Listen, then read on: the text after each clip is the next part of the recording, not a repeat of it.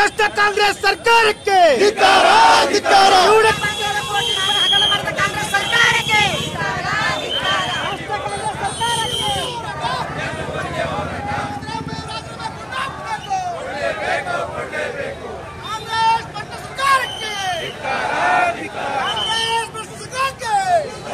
ಮುಖ್ಯಮಂತ್ರಿ ಸಿದ್ದರಾಮಯ್ಯನವರಿಗೆ ರಾಜ್ಯಪಾಲರನ್ನು ಅವಮಾನಿಸುತ್ತಿರುವ ರಾಜ್ಯ ಸರ್ಕಾರಕ್ಕೆ ಅಲ್ಪಸಂಖ್ಯಾತರ ಹಣವನ್ನು ಲೂಟಿ ಮಾಡುವಂತ ಕಾಂಗ್ರೆಸ್ ಸರ್ಕಾರಕ್ಕೆ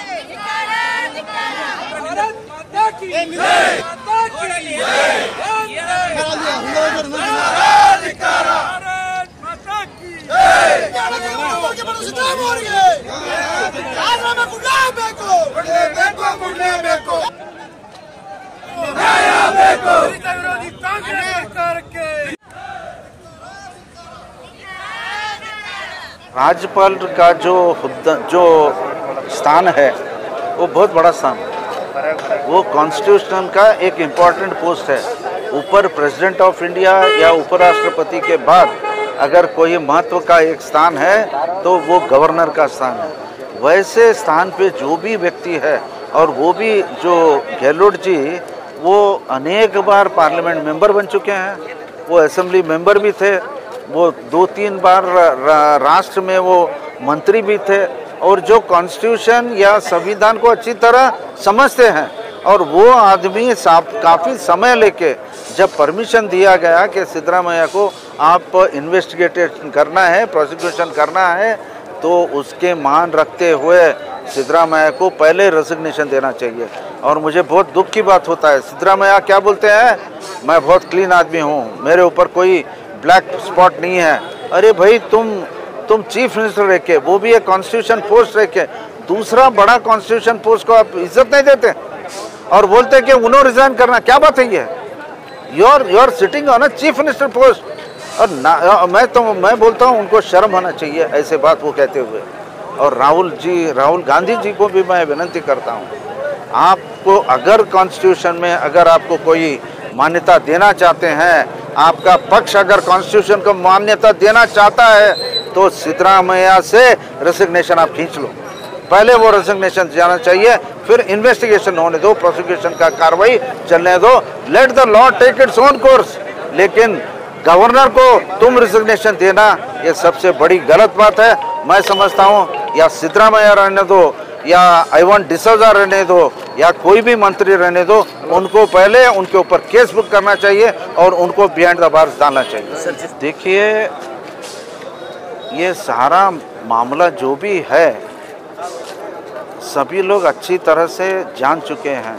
वो भले वाल्मीकि का हगरण हो, एक दूसरे राज्य को स्टेट गवर्नमेंट के खजाने से अगर पैसा जाता है तो मुख्यमंत्री ही बोलना चाहिए और कोई नहीं बोलेगा।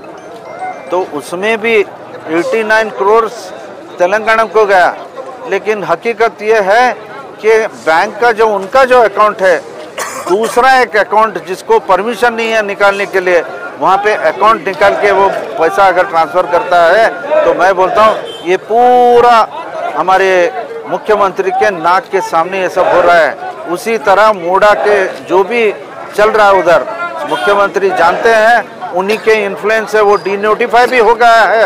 और आज है ना ये बोलते हैं मुझे कुछ पता नहीं और मुझे कुछ मालूम नहीं, मैं उसमें इन्वॉल्व नहीं हूँ, मेरी बीवी इन्वॉल्व है। ये एक मुख्यमंत्री हो के ये बात नहीं कहना चाहिए।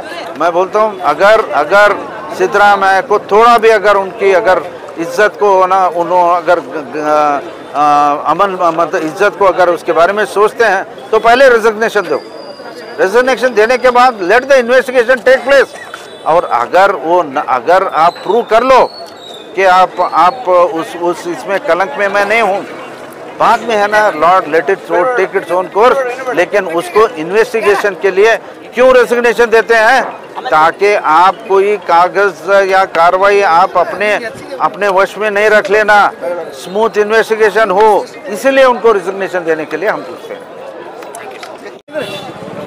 आज भारतीय जनता पार्टी नगर और ग्रामांतर जिले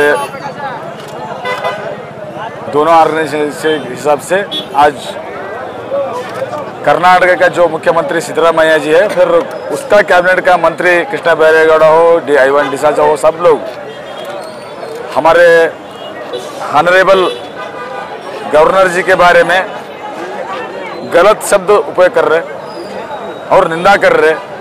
जो उनका गलती नहीं है, वो कॉन्स्टिट्यूंसी के हिसाब से, जो पक्षातीत के हिसाब से काम कर रहा है हमारा गवर्नर। सभी पार्टी को एक तरफ से एक जैसा देख के वो कानून में जो एक्ट है उसके ऊपर वो काम कर रहे हैं। मगर ये लोग ये गवर्नर को बेइज्जती जैसे होना के जैसा बात कर रहे, ये सही नहीं है। भारतीय जनता पार्टी खंडन करते हैं और हमारा राज्याध्यक्ष विजेंद्र अन्ना जी के नेतृत्व में आज खाली कलबुर्गी नहीं, कर्नाटक में हर जिले में ये प्रोटेस्ट हो रहे। अगले दिन आगे के दिन में अगर मुख्यमंत्री सिद्धरामैया जी ने राजीनामा इस्तीफा नहीं दिए तो अभी आगे के दिन हम कलबुर्गी बंद करने का ऐलान हम आज कर रहे और पूरा भारतीय जनता पक्ष का कार्यकर्ता इसके खिलाफ है। और हम जो लोग वो कृष्णा बैरेगौड़ा और I1 डिसोजा है, वो लोग अपने पद को इस्तीफा देना चाहिए, क्योंकि हमारा एक रेपुटेड एक ऑनरेबल गवर्नर को बेइज्जती होने के जैसा बात कर रहे। ये भारतीय जनता पार्टी से खंडन करते हैं और हम सिद्धरामैया का इस्तीफा भी मांग करते हैं।